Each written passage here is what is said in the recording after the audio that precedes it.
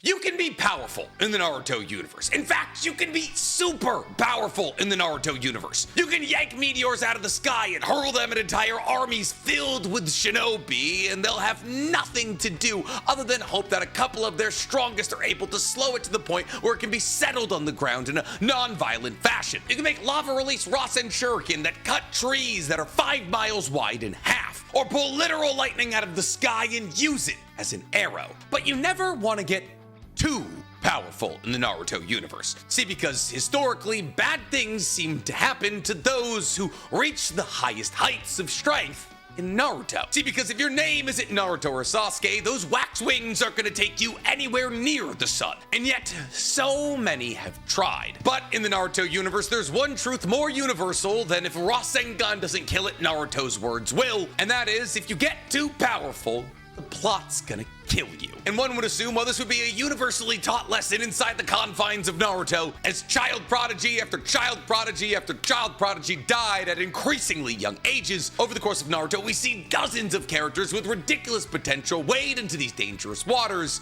just to share the same fate. And thus today, I want to talk about those characters. I want to talk about the characters that showed such ridiculous amounts of potential that they had to be killed. And more so than that, I want to talk about why they had to be killed, and shine possibly a little light onto Kishimoto's thought process as he wrote off these ridiculously powerful characters long before their time was truly up. All that is to say, today we're talking jutsu so broken they got their wielders killed. But before we get to snuffing out potential Kage level threats, guys, please, for me, like this video, subscribe to the page, and hit that noti bell. And if you're looking for one additional NC Hammer 23 video every single week, guys, you can go ahead and find my Naruto reaction series using the fourth wall link in my description below. We are on to the final fight, and things are heating up. But before we get into all that, today I want to talk to you about our favorite recurring sponsor to the page, ZocDoc. ZocDoc is a free website and app that helps you book high-quality, in-network doctors in a jiffy, so you can find the doctor that's right for you. ZocDoc gives you access to more than 150,000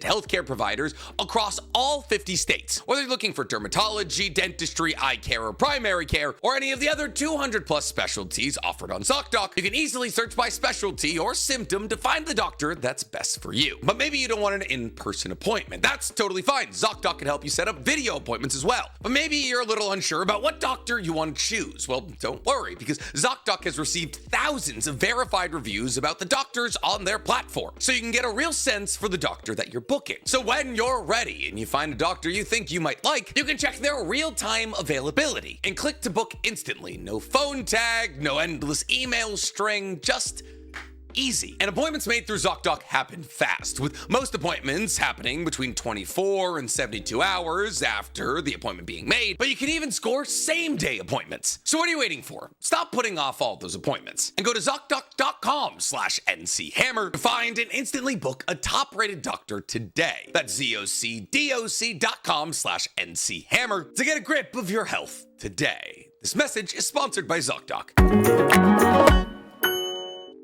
Now, before we jump into today's list, I want to set down a couple of ground rules. Because in order to make this list, there has to be a legitimate reason in my mind why Kishimoto had to get rid of this character in order to make sure that in the end game of Naruto, they wouldn't mess everything up. All that is to say is every single one of these characters that I put on this list was not only killed off, but also killed off because either their involvement in the furtherment of the story would have changed the trajectory of the story drastically, or because if they were still around, people like Naruto and Sasuke wouldn't be as necessary in final fights like the battle against Kaguya and Madara. So you're not going to see characters like Tayuya, Asakan, or Ukon, the vast majority of the Akatsuki, and so on and so forth, because those characters were killed for being antagonists rather than being potential plot bumps down the line that would make finishing Naruto as a story more difficult. And the same goes for characters like Neji and Asuma, who were killed for emotional impact rather than the inconvenience they may present down the line. That's the big thing I want to hammer home here. These characters were killed because of the inconvenience that they would have brought upon the writer, Kishimoto, down the line. And in almost all the circumstances that we're going to talk about today, 7 of them, that inconvenience came from the fact that these characters were just inherently written to be too strong from the jump. Now, with those rules out of the way, let's get into our list with our number 7 entry. Because coming up at number 7 on our list of Naruto characters who were killed for plot reasons, we have Kimimaro. Now, listen. I'm not gonna sit here and say that if Kimimaro using his Shikatsu Myaku was never affected by some kind of unnamed chakra disease, that he would have been able to stand toe-to-toe with the likes of Madara one day. Shikatsu Myaku was powerful for the time period that it existed in. Kimimaro with Shikatsu Myaku was able to produce hard as steel bones from his body. Hard as steel bones that could either fire out of the tips of his fingers, extend from his rib cages to protect himself from incoming mid-torso shots, or extend from his arms like Baraka in order to increase the range and killability of his punches. And when Kimimaro got truly serious, he could even go so far as to pull his own spine out of his back to turn it into a sword. And while Kimimaro, even on his deathbed, was able to battle against the drunken Rock Lee and Gaara simultaneously, such a degree that even after Gaara covered an entire battlefield with sand and used a sand burial on all of it, a version 2 curse mark Kimimaro was able to survive the immense pressure and even go in for the kill against Gaara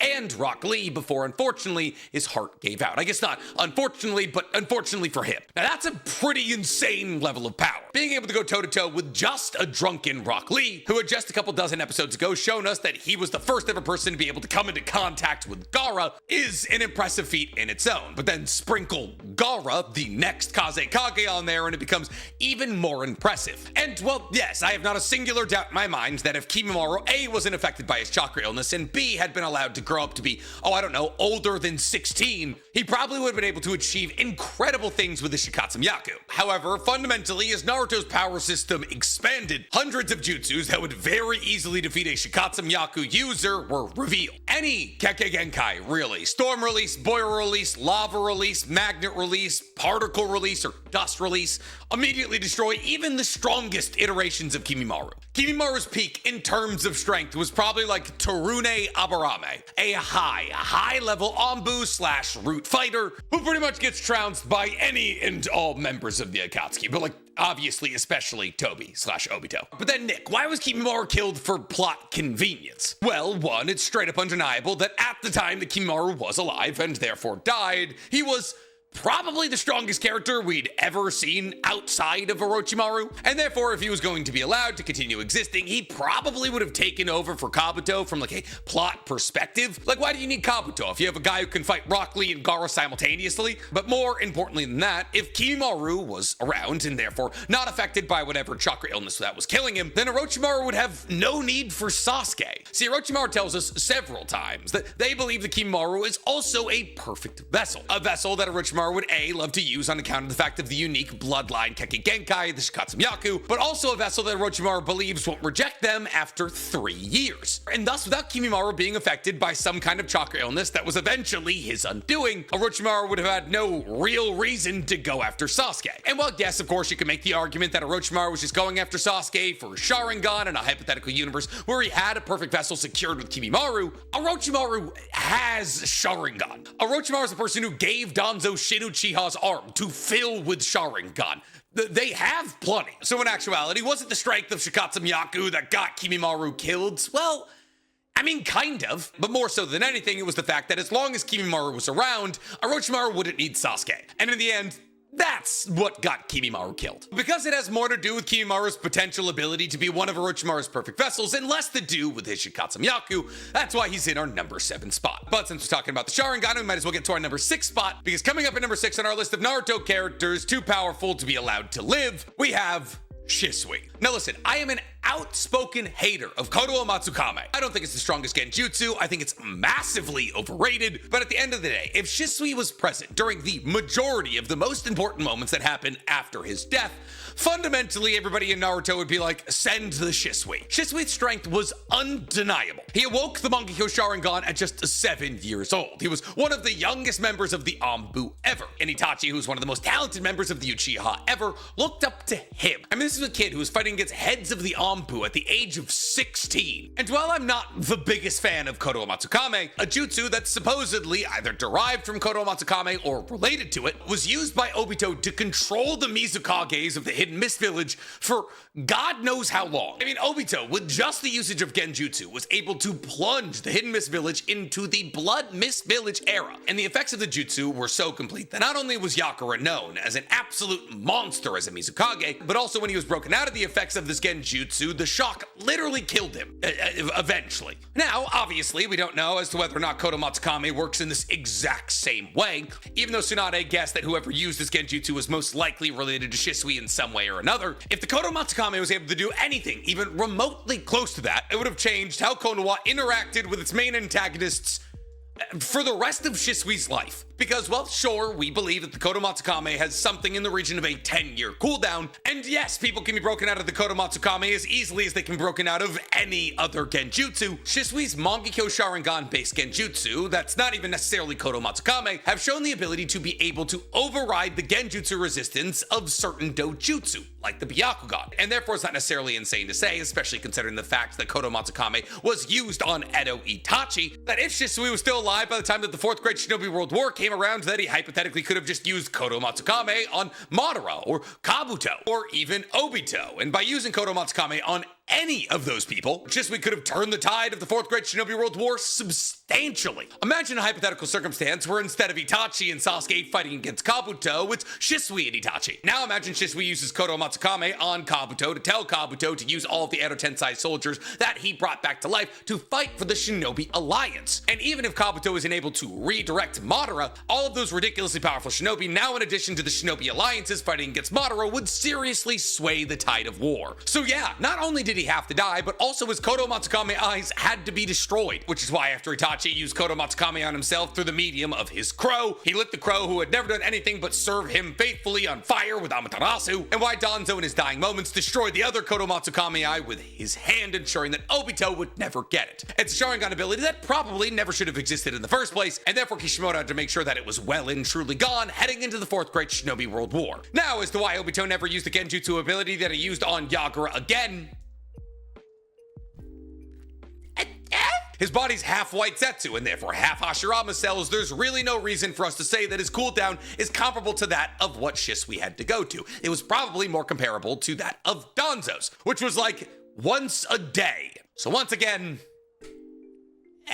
But since we're talking about the Sharingan, we might as well talk about our number 5 spot. He's coming up at number 5 on our list of Naruto characters so powerful they had to be killed. We have Itachi. Listen, Itachi's got all the same accolades that we gave Shisui. He awoke his Mangekyo Sharingan at the ripe age of 12 years old after cutting down Shisui. He was the youngest ever Anbu captain. He had the second highest grades coming out of the Shinobi Academy in the history of the Leaf. He held the record for fastest completion of the Forest of Death until Gaara broke it, but he did it by himself. Not that Gaara really needed Kankuro or Tamari's help, but still, he killed the entirety of the fighting force of the Uchiha by himself and prolonged his life artificially to fight Sasuke at the peak of what he could achieve before he unlocked his own Mangekyo Sharingan just in order to kill one of the legendary Sannin. Now that is insane. However, Itachi, just like Shisui, had to go. Now, I know some of you are saying, oh, Nick, but Itachi came back during the Fourth Great Shinobi World War. Yeah, I know. That's why Kishimoto put him on the get rid of the Edo Tensei ninja duty. See, pretty much the only two things that we see Itachi do over the course of the Fourth Great Shinobi World War are seal undoubtedly the strongest ninja outside of Madara brought back using Edo Tensei Nagato, and then break the Edo Tensei control of Kabuto, releasing all of the ninjas that he had brought back to life. So, you know, basically saving the world by sealing Nagato, who at that moment in time was maybe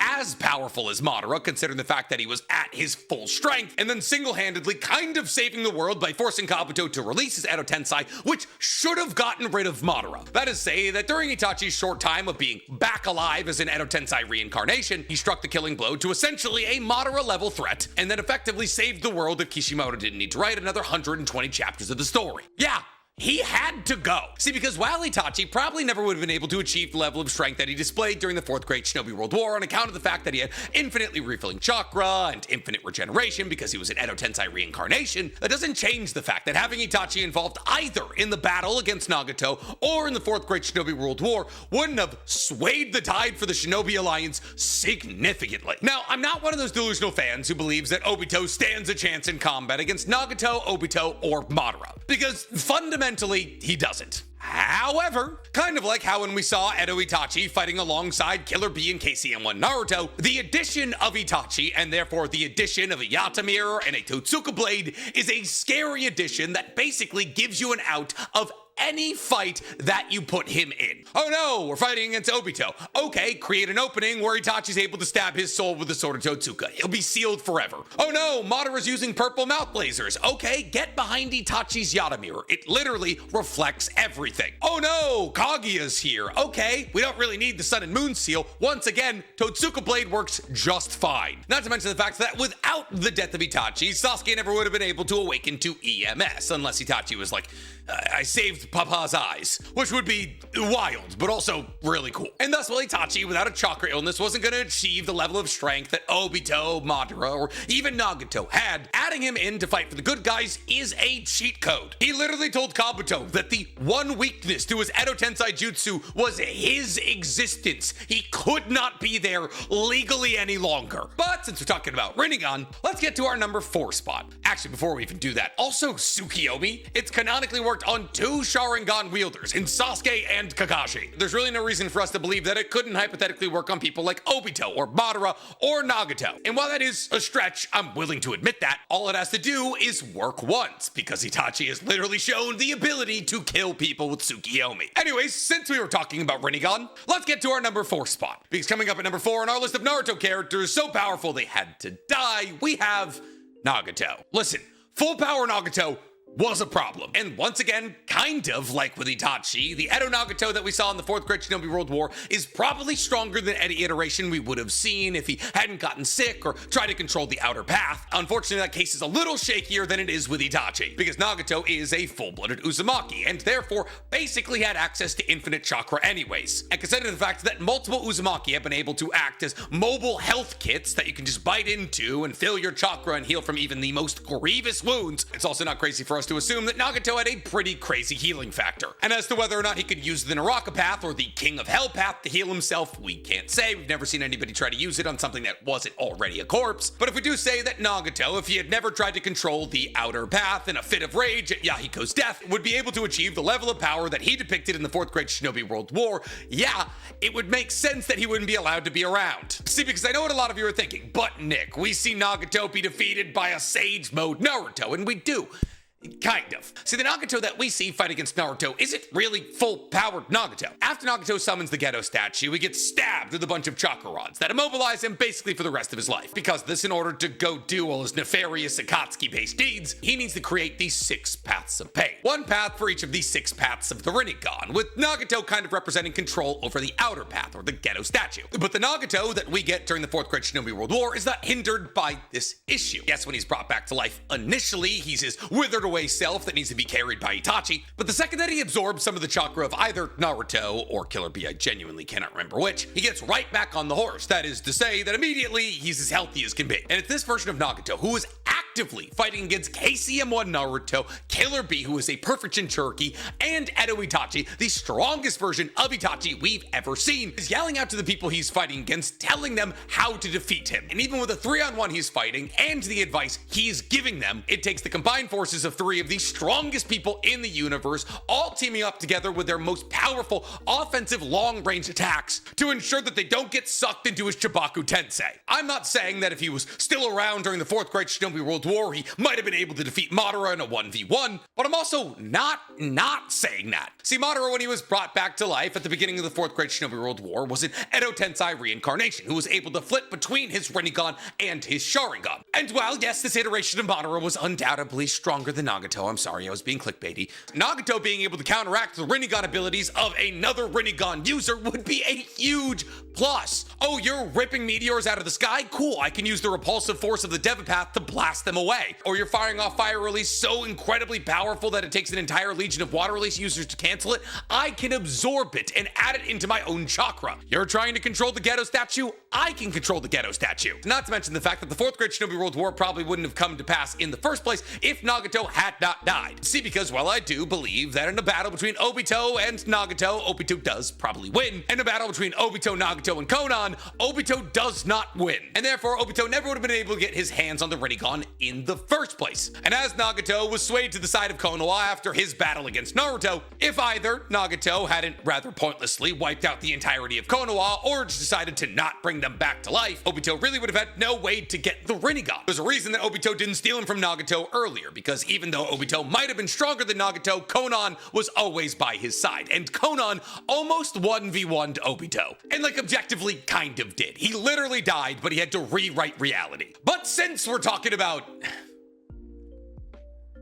death, let's get to our number 3 spot, because at number 3 on our list of Naruto characters so strong that they had to die, we have Dan. Now listen, based off all of the characters that I've listed up until this moment, you're like, how is Dan Kato, Tsunade's first love, this high on the list? And to that I say, you forgot how his jutsu worked. See, Dan is the only user of the spirit transformation technique we've ever seen, and honestly, thank God. See, because this S-ranked jutsu deserves to stay in the grave. See, imagine the Yamanaka's mind transfer jutsu, but take away literally everything about it that makes it bad. The spirit transformation technique, just like with the Yamanaka's mind possession jutsu technique, allows for the user's spirit to leave their body. And while, just like with mind possession jutsu, the user is able to control the actions of the person whose body they hop into, Dan is also able to just straight up kill the person. Yep, if Dan hops into your body, he can just suppress your spirit until you die. At which point, he just goes to the next guy. But it's not just meant for killing, because Dan can also transfer his soul into other people's body to transfer chakra to them. And it's also incredible for reconnaissance, because even if Dan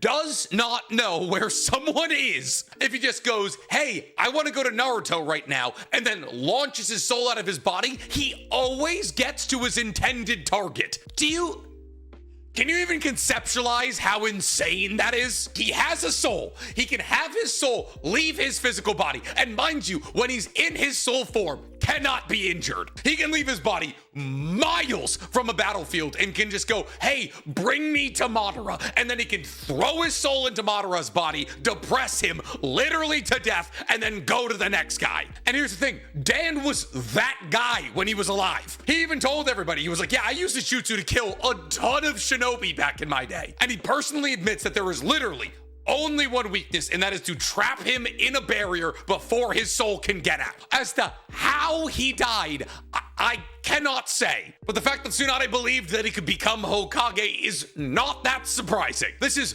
by far and away the dumbest jutsu that Kishimoto ever wrote. Just completely and totally asinine. Like, the second you start thinking about it, you're like, there is no weaknesses in this jutsu whatsoever. Especially when you consider the fact that he was a Jonin. He could use shadow clones. He could just leave his main body in Konoha, send a shadow clone to combat, and have his shadow clone use this technique. There's no reason a shadow clone shouldn't be able to use this technique. And then a shadow clone could just fly around with a soul and kill people. It's so dumb they had to kill him before they revealed his jutsu. But Dan's not the only person on this list who was killed before they were able to show off their biggest jutsu. Because coming up at number 2 on our list of characters so powerful they had to be killed, we have Obito. Listen, the second that Obito got his second Sharingan back and switched to the good guys, he had to die. I get that by the end of the 4th Great Shinobi World War, Obito wasn't in the best shape, you know, considering the fact that he had already undergone 2 separate things that should have killed him, by A, having the 10 tails ripped out of him, and B, having to use Rinne Rebirth in order to bring Madara back to life. But like, he had been stabilized by Naruto. Obito was going to survive the battle against Kaguya,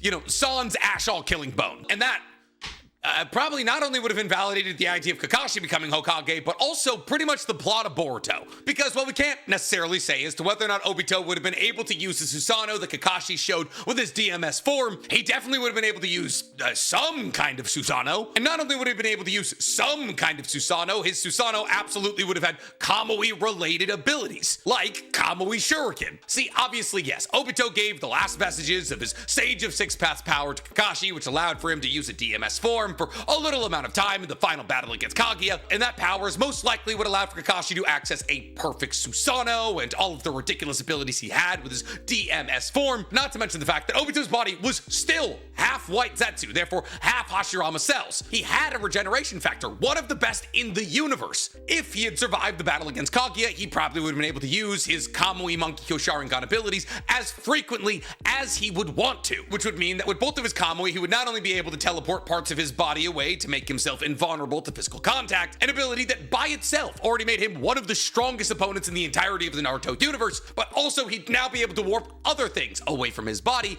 into the Kamui dimension. And consider the fact that Kakashi, who was using a Monkey Sharingan that was not his and did not have access to Hashirama's cells, was almost able to literally rip the head off the Ten Tails with a Kamui attack. Those abilities in the hands of somebody who still may have had access to Sage of Six Paths chakra would have immediately, for the next 40 years, made him one of Konoha's best options when it came to fighting outside threats. And if he did get access to the perfect Susanoo that Kakashi did, which would not make sense considering the fact that they were his eyes, I don't know if Naruto becomes Hokage until he's like 50. Oh, Nick, but Obito is the reason the fourth great Shinobi world happened. There's no way they would make him Hokage. I don't know, man. Orochimaru got to go to Naruto's wedding. Kabuto's running an orphanage. Nobody served any time. Not to mention if Obito was still around, there'd be more members of the Uchiha clan, and thus Sasuke, Sarada, and I guess Sakura wouldn't be the last vestiges of it. So the second that Obito did what's the opposite of a heel turn? A baby face turn? Would that be the proper? I don't know. I didn't grow up in a double wide. I'm kidding. It's a joke. It's a joke. I like professional wrestling. Ricochet's a friend. Anyways, the second that Obito became a good guy, his fate was sealed. But speaking of toads, I don't know. I have no connection between Obito and her number one spot. Minato? I guess, speaking of Minato, we didn't really talk about Minato with the eye. Anyways, we're getting to our number one spot. Because coming up at number one on our list of Naruto characters who were so strong they had to be killed, we have Jiraiya. Oh, Nick, what are you talking about? Obito is so much stronger than Jiraiya. And you're right, he is. However, the second that Jiraiya showed that demonic toad confrontation chant can work on foes as strong as these 6 paths of pain, done for. Because if we could be even just so for real for like 2 seconds, Jiraiya went about fighting the 6 paths of pain like an idiot. Outside of the fact that Jiraiya had already lost an arm and been stabbed through the other one by the time he decided, you know what, maybe I will go back and fight those other 5 paths of pain who just mysteriously came back to life. You know what Jiraiya could have done instead of running away from 6 paths of pain while Ma and Pa's voices warmed up in order to get prepared for demonic toad confrontation chant? He could have just waited in the gigantic toad stomach he can summon that is a separate dimension that nobody else can access. Oh, hey, it takes a couple minutes for Ma and Pa to get ready to sing this song. Cool. Do it in the green room. And then when their voices are good and ready to go, leave the green room and use the audio-based genjutsu that apparently works on everybody and everything so long as they can hear it on all 6 paths of pain simultaneously. Because the second, and I mean the second they hear that genjutsu, they die. The only way to escape demonic toad confrontation chant is to be stabbed through the chest with a gigantic veiny sword. Oh no, Obito's fused with all 9-tailed beasts and he's got wings now and Truth Seeker orbs. Jiraiya bomb. Oh no, Madara's been brought back to life by Obito being forced to use Ready Rebirth. Jiraiya bomb. Oh no, Kaguya is descending back down. Jiraiya bomb. Do you know how much fear villains would live in the Naruto universe if they knew it legitimately any moment anybody with flying Raijin could just drop Jiraiya with Ma and Pa fused to his shoulders as they sing a song that is guaranteed to kill them? That's like a Japanese horror movie where if you stay up past 12 watching a haunted VHS, a man with toads on his shoulders sings you to death. Oh, they can only sing it once a day. Cool. There's like 4 opponents over the course of the entirety of the 4th Great Shinobi World War. Oh, it probably wouldn't work on people with advanced healing factors like Madara or Obito when they were their 10 tails forms. I don't know if it would. I'm willing to try and find out. Yeah, they might be a 10-tails Jinchuriki, but they also have ears. I knew the second I saw him bust out the insta-kill audio genjutsu that he needs to do nothing for, mind you, it was raps. Also, kind of makes you wonder why Naruto and or Minato never tried to use it. It wasn't a Jiraiya-specific ability, it is a Ma and Pa-specific ability, and they both survived the fight against Nagato. But we probably never see either Naruto or Minato try to use it, because if they did, well, story'd be a lot shorter, and shorter stories technically sell less copies. But with that, that's all the jutsu that I believe were so powerful they got their wielders killed. But I'm curious to hear from you guys. What jutsus do you believe got their wielders killed? Let me know in the comments down below. And while you guys are down there, please, for me, like this video, subscribe to the page, and hit that noti bell. I want it to be noted, originally I had Datara on this list with his C4, because like, obviously he can't use C0 a lot, so I was like, well, his C4 ability is ridiculously broken. He can just atomize anybody who's near enough to inhale a little bit of them, and as long as you don't know to electrocute your body, there you go, GG's. But then, I remembered Nagato wasn't on the list, and at that point, I'd already said there was 7 entries, and I didn't want to have to do like, oh, well, now there's 8 entries because I'm an idiot. And now I'm realizing that everyone's probably thinking that I'm an idiot because a lot of people don't make it to this part of the video. So whatever.